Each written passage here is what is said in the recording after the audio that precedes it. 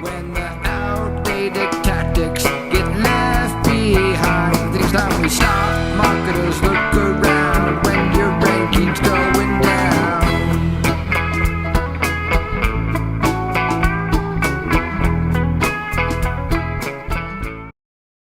This is Ann Smarty. And this is Boykin. I believe on Search Engine Roundtable, there was talking about, this was a good one. This was a good one. It wasn't just Search Engine Roundtable, but Barry referenced it, and it goes back to Glenn Gabe over on Twitter as well. So it's about low quality content on the site can drag down your high quality content. And it's a really good thread to read. It stems from a question that someone had asked John Mueller about.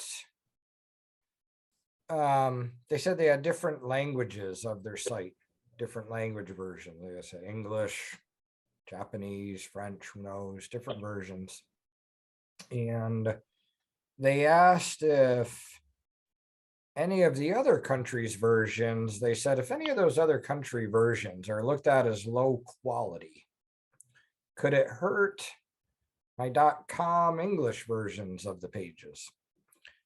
And John, and correct me if I'm wrong on my recollection of any of this, but John kind of said, hey, it really doesn't matter the country part.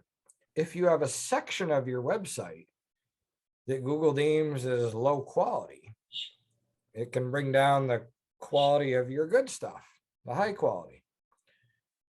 I guess my first thought is there's been so many contradictions in the past. And is there such a thing as domain authority? Something like that. Site authority. Site authority. Is that what I said? Is that what did I say? Page? Sorry, I meant site authority. You said domain authority, which is kind of different. Authority. All right. Yeah, that's true. Site like authority. So years ago, all sites, I think any site, there's a chunk of almost every single site that's not going to rank in the eyes of Google. You used to have something called the supplemental results. You could do a site colon for your site, and it would say, this many pages in our regular results and all the others are in the supplemental results. And if your pages were in the supplemental results, they wouldn't rank for anything unless you typed in like a 15-word search phrase where there was nothing in the main results of Google that would match it. They would then be like, anything over here, the supplemental result, pretty much the stuff over here didn't rank. And people started to freak out about, my God, 80% of my sites in the supplemental results. And people really started to freak out at Google. So Google kind of did something at the time where like, we're not going to show you which ones are in the supplemental result anymore. Like there, we just won't show you. That way everyone won't complain to us and be like, why are your pages in the supplemental results? And then I think as well, so I think caffeine as well, if my memory is correct, like somehow rolled all other stuff in. But then when we get to Panda, which was the penalty on content, suddenly it kind of, I think, showed a little bit of how bad parts of a website can affect a good part of a website. And I remember at first there were some content sites. I think some of the first sites hit by Panda were like news sites. At least some of the big names at first were big news sites. News may not be the right word. News/informational sites. Some of them were called out for having a how do you pour water with your right hand page? How do you pour water? I think it was actually milk. How do you pour milk out of your left hand? How do you pour, it was like the keyword stuff that they did went way overboard. Like, a page about everything, redundant, just going after different keyword phrases. They went overboard. And a lot of the content was, some of the content was really good. They had great writers on these sites, and some of the content, the writers weren't that great, or the content wasn't that great. Maybe it's not the writer's fault. And I do remember one of the story, and so suddenly, a lot of those sites got hit, and how they ended up, some of them getting out, some of them are no longer around anymore, or future things Google slammed them for anyways. But in any case, those sites, how some of them did some recovery was some of them removed huge chunks of their site, the stuff that they felt was bad, folders that got hit the most.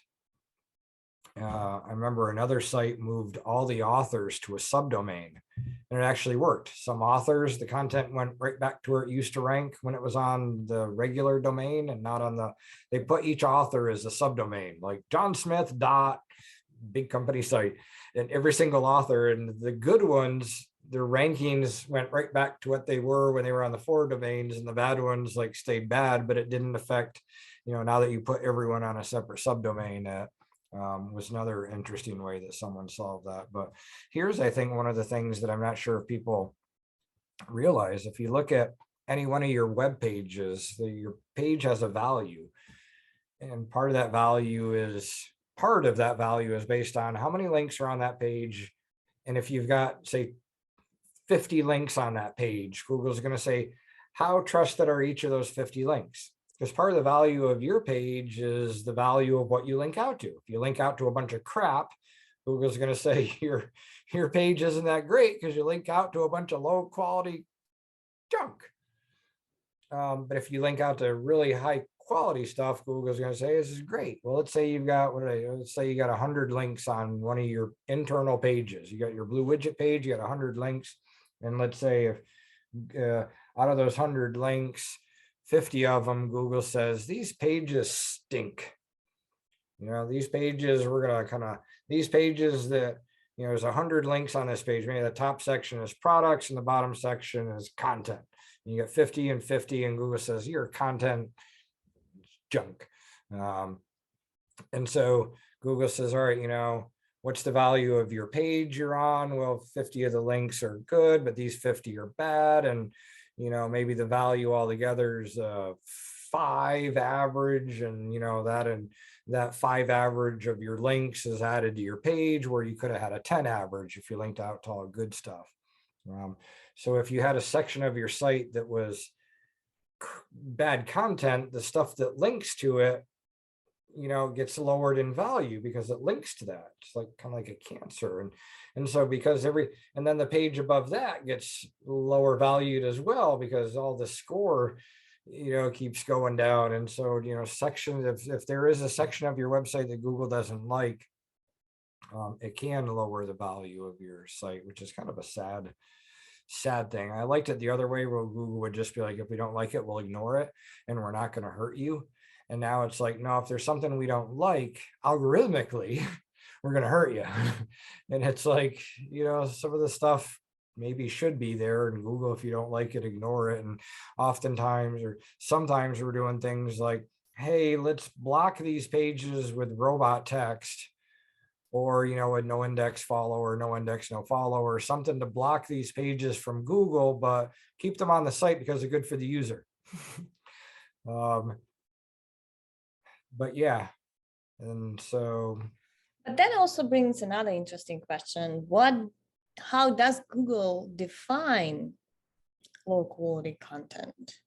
Ooh. Like what are they using? Sometimes, like, there are news websites that publish like 5 articles a day.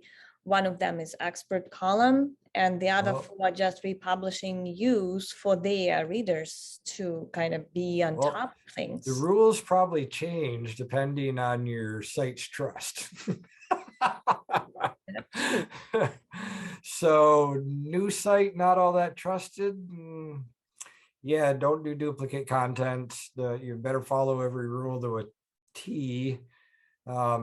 Big old, you're the New York Times. Yeah, you want to do some just a couple of those that may be like free from any filter or penalty. There are not so many websites who can claim, hey, we're big enough not to be afraid of Google. That's true. Just a couple of those websites. Most of even like more or less established websites cannot say that even if they were around for like 5 years.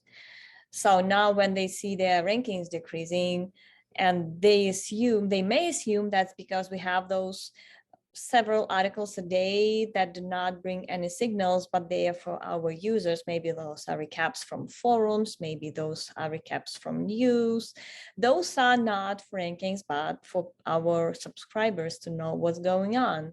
What are we doing with those? Do we delete them? Over the years, there could be thousands of those articles that are just republishing from other people's news or Yeah. discussions or forums. What do we do with those now? Like, Yeah, that's a really interesting question, because let's say we're internet marketing ninjas, and let's say there's a blog post that you wrote 10 years ago, and at the time it was a good post, and maybe it's even a good post now, but let's pretend it's 15 levels down from the homepage, and that post has 3 internal links to it out of a site with, I don't know, 6,000 pages. So you got something that's way buried down in the site, hardly interlinked, is links away from any page that has links. Maybe that page hasn't gotten any traffic in the past 2 years at all. That's an interesting question. Do you then go in and delete the page? Do you put numbers on something? Do you delete it? What if it's good? What if, if someone searches for that topic, maybe it does rank because it's unique and it would be a good user experience. maybe if not, it's not ranking, but people could be using my internal site search to find it, and then it would be helpful. Or even like, how do I decide? Like, there is no clear guidelines about what to do with old content that may still be valid. But 10 years ago, I may have written 2 paragraphs of text and call it an article. And at that time, it was a useful article. What I do about it right now? You know what I wish? This really doesn't answer the question, but it's if I had this, it might help answer the question, because it's to know what the user experience is on that page. So let's say you wrote that paragraph of text, and let's say, the last person that came there was a year ago.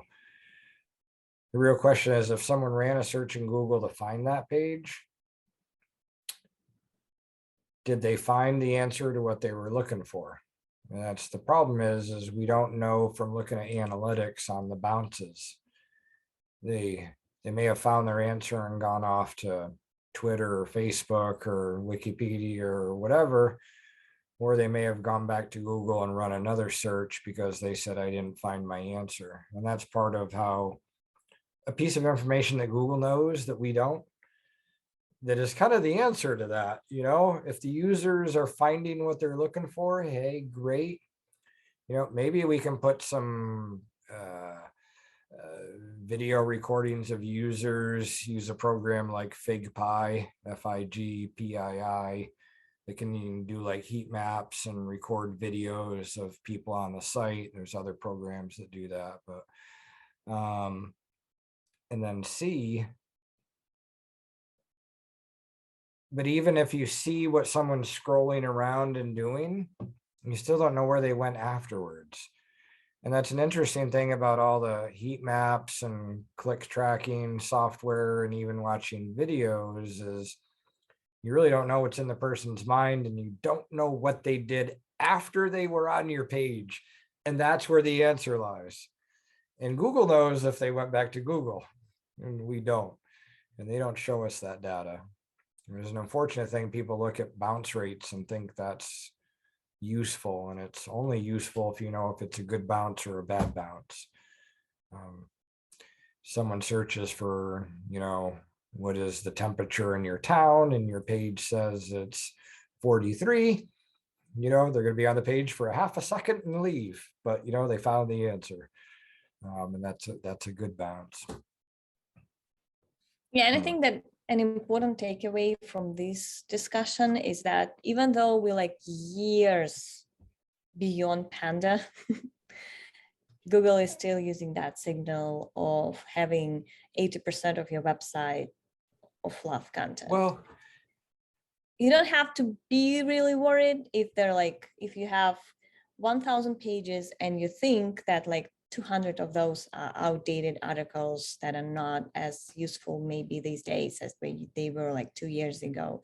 But if it's like, on the contrary, if you think like that 80% of my website was made for search engines with all those little keywords being targeted, not adding any value, not having any signals, that's probably something to look at, especially if you're seeing your organic visibility being like dip yeah.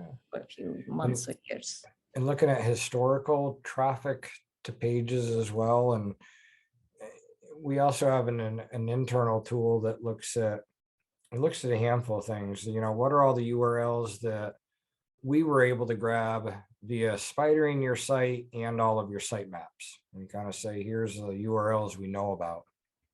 And then we look at how many URLs did you get referral traffic from analytics to, and what's that list? So that's an interesting list, because it's like, if you're not on that list, no one found that URL through Google. And that's, you know, it's usually a great big list. The URLs, landing page traffic from Google, from analytics, that list. Then underneath that, we show what are the URLs that SEMrush is aware of that, you know, have a ranking value, I think of like $1 or more or something, you know, value. You know, that's another list. And then part of our analysis can be, what are pages? Oh, well, this may be your answer, Ann, potentially, you know, is using that tool, the URL analysis tool. Sorry guys, it's private. To look at, you know, at least pages that don't rank for anything via SEMrush or get any traffic, could be the potential stuff to remove. And it would hurt me to be like, there's still something good in there, but it just hasn't gotten traffic and it doesn't rank for anything commercial, so we're going to kill it. But that might be the line, you know, but I hate doing it, but maybe that's the line, you know, and that's how you do it. Look at all the URLs in your sitemap. We're using the API from Google to know, you know, maybe at least if you don't have that, find out all the URLs that SEMrush has. And then the stuff those are some ways to find out what are potential stuff to get rid of. Yeah, I also feel like if you are a writer and you feel bad about removing anything because at some point you put your heart and feelings into that, don't remove it. If you wrote it and you feel still feel good about it, it's real stuff. Well, let me ask you this question, because this brings up an interesting thing. So, you know, we had a client, well, we still have a client who sells stuff. And for years, he sold this stuff in two types of things. You could buy it in metal or you could buy it in wood. And he can no longer do the wood. And so we had a lot of wood articles on his site that were really good and really useful about wood. And, you know, he's gone through all sorts of different changes and a new redesign and all sorts of stuff. And even the metal, there's, you know, his products have gone through all sorts of changes and the wood is gone. And he's not ranking as high for the metal as he did before. And so part of, you know, my analysis for him, and one of the things that it hurt me to do this past week, was to get rid of a lot of the content that had to do with wood. And it hurt me, like, and I looked at how many hours of work over the years have been put in for the wood stuff. But it's like, you know, if your old site did two things, metal and wood, and you no longer have the wood and you're left with the metal and your rankings aren't as high as they were before and half your content still wood, you know, the thought was, you know, darn it, we really should get rid of that so that Google sees this site is all about the metal product. And, you know, hopefully that's the right decision. But I knew when I, you know, told the team that we're going to be removing years worth of a lot of work, that a lot of people were like, but it's like, I think it's the best thing to do now. So, but I guess it's how relevant and related is it to the thing that the person has. In our case, it wasn't anymore. People now would be like, why the heck do you got this wood article on a site that sells metal? Well, this is a unique case because that old wood section is no longer what they're doing. So Yeah. it's not bringing any value. And in the ideal case scenario is that when you stop doing something, making some product, there is some possible substitute or replacement where you could redirect that, but it's not the case. So if there were, we would just redirect and feel bad about that. But since there are so different products and there is no real substitute for the wood section, there is no other choice but remove it, because even though with all the backlinks and signals that section was bringing, it wasn't valuable for the Well, I user. think we decided that the stuff that had a lot of backlinks we might keep, but if it didn't have a lot of backlinks, we were gonna sacrifice 97% of Hey, it. you were planning wood stuff. If it had a lot of backlinks, I'm gonna find a way to make that tree into metal or something. Yeah, well, I doing the figure best of the situation. a couple of things, that's off topic can be okay. If anyone complains, like there used to be a wood section, or maybe we should put a disclaimer on the top. It might not seem like this page is related to the site today, but at one point it was. If you feel bad about that. Well, it was interesting. This brings up another interesting question. I remember a few days ago, Ann, you had pulled up some old URLs from old sites that were broken, that weren't redirecting, that had backlinks. And one of the posts that you pulled up was my post on, was it Jim Boykin or We Build Pages? It was a post I did about Stonehenge. I had gone to Stonehenge, was able to walk around the rocks, got a bunch of pictures. I think that was on jimboykin.com, my old blog. And, I wrote, I don't know, 95% about SEO. And every now and then there'd be what I would call a cat post, and would write about something else. And, like every now and then people, they question something. If we want to write something, oh, you sell, I don't know, tree products, we're going to write about identifying trees. And someone's like, why would we write about identifying trees? And it's like, well, you want to be the expert in this area.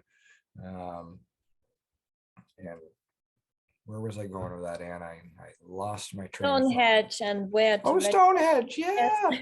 And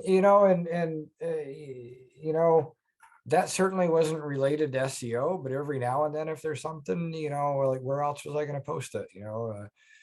I think all sites should post about their main topic a lot, the majority of the time. But if every now and then you throw up something for a reason, I think that's okay too. Absolutely, yeah. Yeah, I believe so too. And it's also about like, you have to be not just relative, but you also have to be authentic. So anything, or expert on anything. So everything that helps that to those two purposes would also be okay to post I from now. agree. I agree.